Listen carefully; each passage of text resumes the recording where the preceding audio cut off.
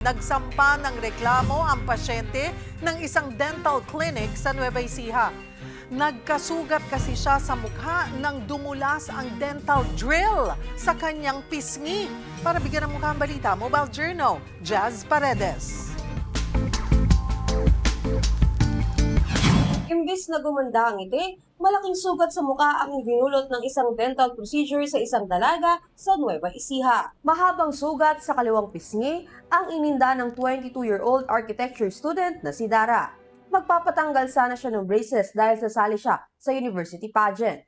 Pero imbes na perfect smile, lifetime scar ang kanyang inabot. Then yun nga po, nung dinidrill po yung teeth ko po, since natanggal na po yung braces ko, tinatanggal na po yung residue, doon na po nangyari yung hindi po talaga inaasahan na nag-slip po yung dental drill. Then na-drill po yung hanggang dito po sa face ko.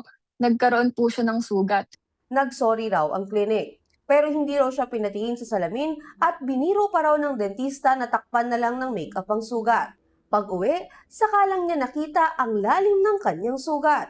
Eventually po, nagkaroon po kami ng written agreement po between sa akin po tsaka po dun sa dentist na sila nga po yung mag-shoulder po ng mga treatments ko po or i-reimburse po nila yung lahat po ng gagastusin ko po. Nagpakonsulta rin agad si Dara sa isang dermatologist na nagsabing masyado raw malalim ang sugat para maghilom agad. Pinayuhan din siyang kumonsulta sa abogado. Nagpunta po ako sa clinic to ipa-reimburse po yung mga nagastos ko po sa follow-up checkup.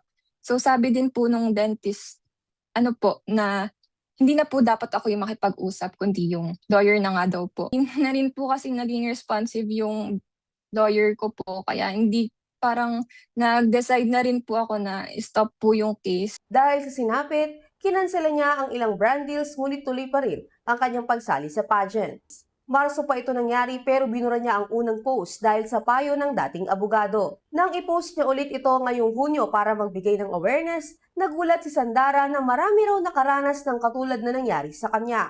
Pero ayon sa isang dentista, hindi dapat ito ituring na karaniwang nangyayari. Responsibilidad din daw ng dentista na sagutin ang paggamot sa pasyente. Okay. So, if sa case si patient, pwede talaga mawakwak. Di ba sa kanya parang superficial lang eh. Pwede talaga siyang makat.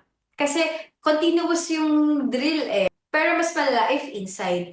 Kasi malapit lang dyan yung mga nerves natin na maaaring mag-cause ng paresthesia or permanent nerve damage talaga.